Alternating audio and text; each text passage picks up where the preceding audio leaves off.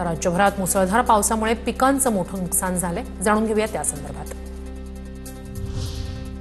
राज्यात मुसळधार पाऊस तिवसा, मेहकर, वाशिम, वरोरा, झरी, जामणी, पुसदमध्ये पावसामुळे पिकांचं नुकसान, 4 लाख हेक्टर पिकं बाधित। मुख्यमंत्री फडणवीसांची माहिती। गेले 2 दिवस आणि पुढचे 3 दिवस बीड, लातूर आणि नांदेड इथली पूरस्थिती जी आहे ही जरा संभावित आहे।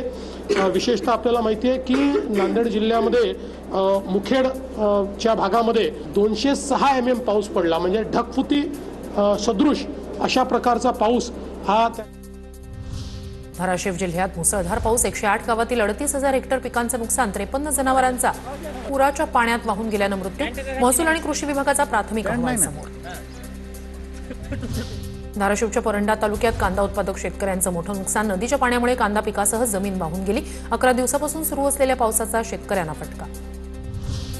बीडच्या परळी तालुक्यात 2 दिवसापासून जोरदार पाऊस, अनेकांच्या शेतांना तळ्याचं स्वरूप, पिकांचं मोठं नुकसान भरपाई देण्याची शेतकऱ्यांची मागणी। छत्रपती संभाजीनगर जिल्ह्यात मुसळधार पावसाचा फटका, पळशी गावात मुसळधार पावसामुळे शेतीचं प्रचंड नुकसान, नदी नाल्यांना पूर आल्यानं शेतात शिरलं पाणी। पूर्णा तालुक्यातील लिमला महसूल मंडळात अतिवृष्टीमुळे मोठं नुकसान, परभणीचे जिल्हाधिकारी रघुनाथ गावडे यांनी केली अतिवृष्टीग्रस्त भागाची पाहणी, तत्काळ पंचनाम्याच्या सूचना। बीडच्या केज तालुक्यातील अनेक गावांना अतिवृष्टीचा फटका, शेतांना तलावाचं स्वरूप, 3 दिवसापासून शेतात मोठ्या प्रमाणात पाणी साचल्यानं शेतकरी मोठ्या आर्थिक संकटात। बीडच्या माजलगाव तालुक्यातील साळेगाव परिसरात मुसळधार पाऊस, सोयाबीन शेतीला तलावाचं स्वरूप, पंचनामे करून आर्थिक मदत देण्याची मागणी। बीडच्या परळी तालुक्यात 2 दिवसापासून जोरदार पाऊस, अनेकांच्या शेतांना तळ्याचं स्वरूप, पिकांचं मोठं नुकसान भरपाई देण्याची शेतकऱ्यांची मागणी।